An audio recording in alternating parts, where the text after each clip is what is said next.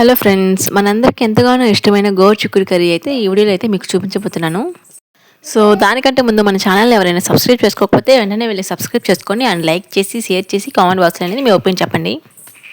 ముందుగా నేనైతే ఇక్కడ చిక్కుడుగాయలను అయితే కుక్కర్లో వేసి లైట్గా అయితే ఉడికించి పక్కన పెట్టుకున్నాను అనమాట. తర్వాత 2 టమాటాలు, ఒక ఎర్రగడ్డ అయితే ఇక్కడైతే కట్ చేసి పెట్టుకున్నాను అనమాట. సో ఇంకా మనకి అందులో కావాల్సిన చింతపండు అయితే కొద్దిగా అయితే నానబెట్టేసాను అనమాట పక్కన. తర్వాత అందులోకి ఒక 3 వెల్లుల్లి రెమ్మలు అయితే ఇక్కడ నేను దంచుతున్నాను అనమాట.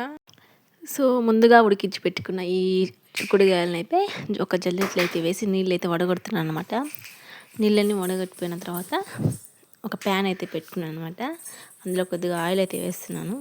నేను చిక్కుడుగాయలు కుక్కర్లో ఎందుకు వేసానంటే కొంచెం ఫాస్ట్గా ఉడికిపోతాయని, లేట్ అవ్వకుండా మనకి ఫాస్ట్గా అయిపోయేటప్పుడు అయితే ఇలా అయితే చేసుకోవచ్చు అనమాట. సో ఇక్కడ కొద్దిగా ఆవాలు అయితే వేస్తున్నాను. ముందుగా కట్ చేసి పెట్టుకున్న ఆనియన్స్ ముక్కలు కూడా అందులో అయితే వేస్తున్నాను. బాగా రెడ్ కలర్లో వచ్చేంత వరకు వేయించుకోవాలి. సో ఇక్కడ చూడండి, నేను వేయించుతున్నట్టే మీరు కూడా వేయించండి. మీలో ఎంతమందికి ఇష్టమో ఈ కర్రీ నాకైతే కామెంట్ బాక్స్లో అయితే చెప్పండి. సో దానికంటే ముందు మన ఛానల్ని ఎవరైనా సబ్స్క్రైబ్ చేసుకోకపోతే వెంటనే వెళ్ళి సబ్స్క్రైబ్ చేసుకోండి అండ్ లైక్ చేసి షేర్ చేయండి. మీరు లైక్ చేయడం ద్వారా నా ఛానల్ మరికొంతమందికి అయితే వెళ్తుంది. So please like, share, subscribe. So చూసారు కదా, ఆనియన్స్ ఇలా రెడ్ కలర్ వచ్చేంత వరకు వేయించుకోవాలి. తర్వాత వచ్చేసి టమాటో ముక్కలను అయితే అందులో వేస్తున్నాను. చిటికెడు పసుపు కూడా యాడ్ చేస్తున్నాను. తర్వాత కొంచెం ఉప్పు, అంటే ఇవి వేస్తే మనకి టమాటా ముక్కస్ అనేది బాగా ఫాస్ట్గా కుక్ అవుతాయి. సో నేనైతే వేసాను. సో ఇవి వేసిన తర్వాత ఇవి కూడా బాగా వేయించుకొని మూత పెట్టేసుకోవాలి. లో ఫ్లేమ్లో పెట్టుకొని ఇలా మూత అయితే పెట్టుకొని ఒక 5 మినిట్స్ అయితే బాగా కుక్ చేయించుకోవాలా. ఈ లోపల మనమైతే ముందుగా నానబెట్టుకుని చింతపండుని బాగా గుజ్జులాగా చేసుకోవాలి. సో చూసారు కదా, నేను చేస్తున్నట్టు మీరు కూడా చేయండి. మీకు తగినంత పులుపు అయితే వేసుకోండి.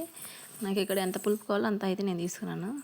చూసారు కదా, ఇలా అయితే గుజ్జులాగా చేసుకోవాలి. ఈ లోపు మనం ముందుగా ఉడికించి పెట్టుకున్న టమాటా ముక్కలను అయితే బాగా మెత్తగా అయితే ఉడికిపోయాయి అన్నమాట.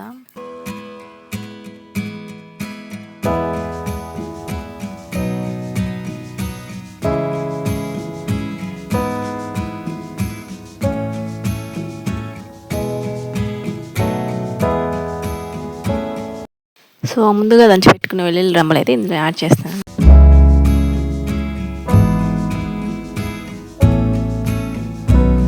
తర్వాత కొంచెం కారం అయితే యాడ్ చేస్తున్నాను. సో మీకు తగినంత కారం అయితే మీరు వేసుకోండి.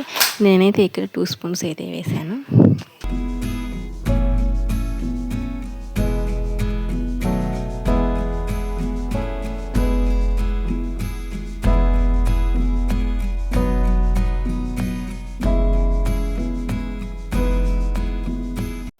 సో చూసారు కదా వీడియో, నేనైతే ఇక్కడ పొడి అయితే యాడ్ చేశాను అనమాట. ఇందులో ఏమైతే వేసానో ఇప్పుడు చెప్తాను మీకు. వేయించుకున్న పల్లీలు అండ్ వేయించుకున్న ధనియాలు అండ్ వెల్లుల్లి రెమ్మలు వేసి మిక్సీ పట్టి అయితే వేసానండి, ఇంకేం వేయలేదు. సో అది వేస్తే చాలా బాగుంటుందండి కర్రీ. నేనైతే ఎప్పుడు కర్రీ చేసినా ఈ పౌడర్ వేయడం మాత్రం అస్సలు మర్చిపోను. తర్వాత అయితే వేయించుకున్న తర్వాత చింతపండు గుజ్జుని అయితే ఇందులో యాడ్ చేస్తున్నాను. సో చూడండి.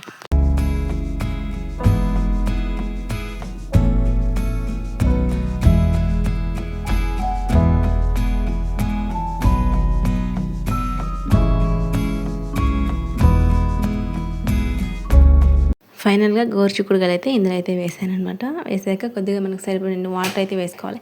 ఎందుకంటే ఇవి ముందుగానే కొంచెం ఉడికాయి కాబట్టి మనం కొద్దిగా వాటర్ వేసుకుంటే సరిపోద్ది. ఎక్కువ వేసుకుంటే మరీ బాగుండదు. కొంచెం చిక్కగా కావాలంటే మనకు కొంచెం వాటర్ వేసుకుంటే సరిపోద్ది. సో నా వీడియో కనుక నచ్చితే లైక్ చేసి షేర్ చేసి కామెంట్ బాక్స్లో కామెంట్ పెట్టండి. సో నెక్స్ట్ వీడియోతో మళ్ళీ వస్తాను. అంతవరకు బాయ్ బాయ్.